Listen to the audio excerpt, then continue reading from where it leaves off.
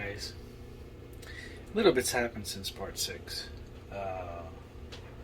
Bit of frustration and trying to figure things out some more. I guess this is the life of doing custom shit, right? I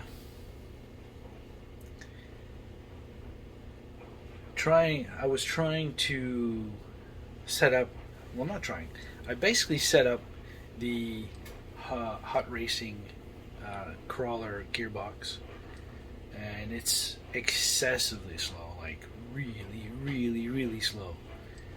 It's basically impossible to use as a typical crawler unless you got huge wheels, which kind of compensate for the gear reduction. But in general, it wasn't really usable, so I tried to modify it.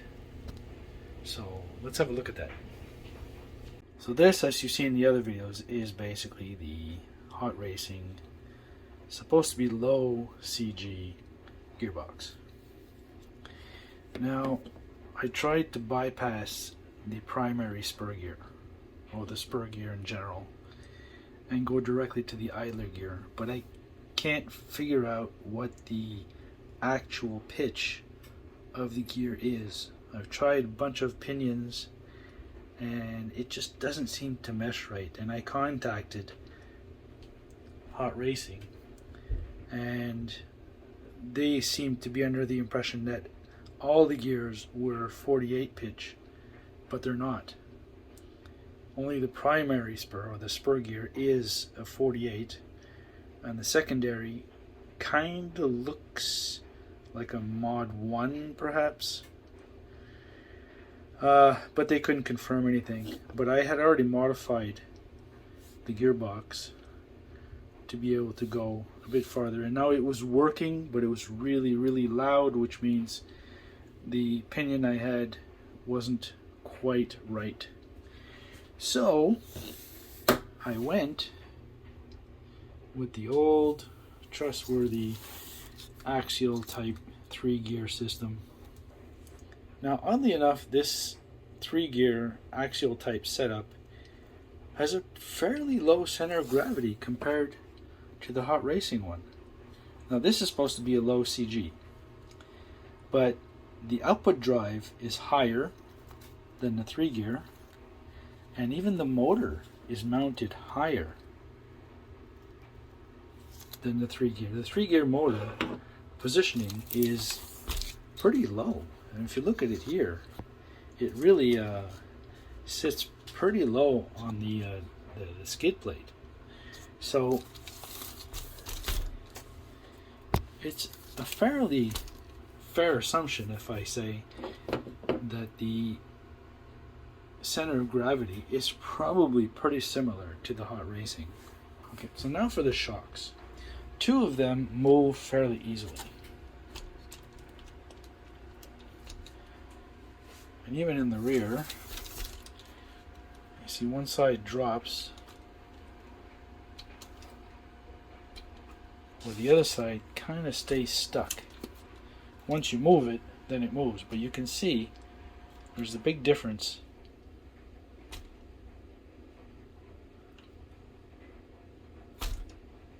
So I'm wondering if they have all the same oil in them or not. Basically right now I'm going to be taking them apart and having a look.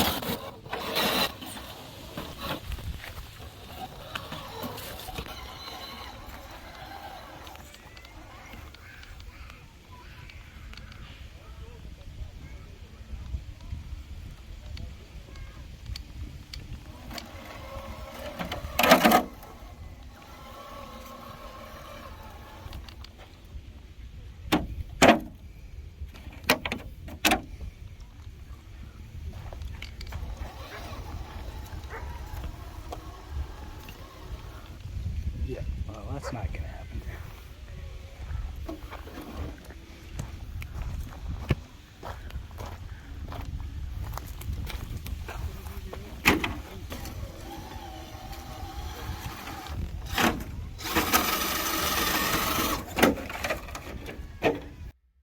Well, that was kind of disappointing. Did okay in some areas, but most of the time it had trouble climbing over things. Obviously, the short wheelbase is not the greatest for a crawler. No matter. Let's move on. I already printed another chassis for it, obviously a longer one, and I'm going to go with the 313 wheelbase. You can see right there behind me is a Nissan King Cab, basically a hard body, or what they call a Nissan hard body at the time. It's obviously polycarbonate. Let's have a look at it. So obviously it's much bigger than the chassis that's currently assembled. Basically going to keep all the components, just going to change the chassis rails, and we are going to make obviously longer legs in the front. They're going to keep the front the same. Hopefully I can get this done in a week. Oh yeah, there's my Phoenix. I don't know if you remember that from one of my other videos. Although I changed the driver.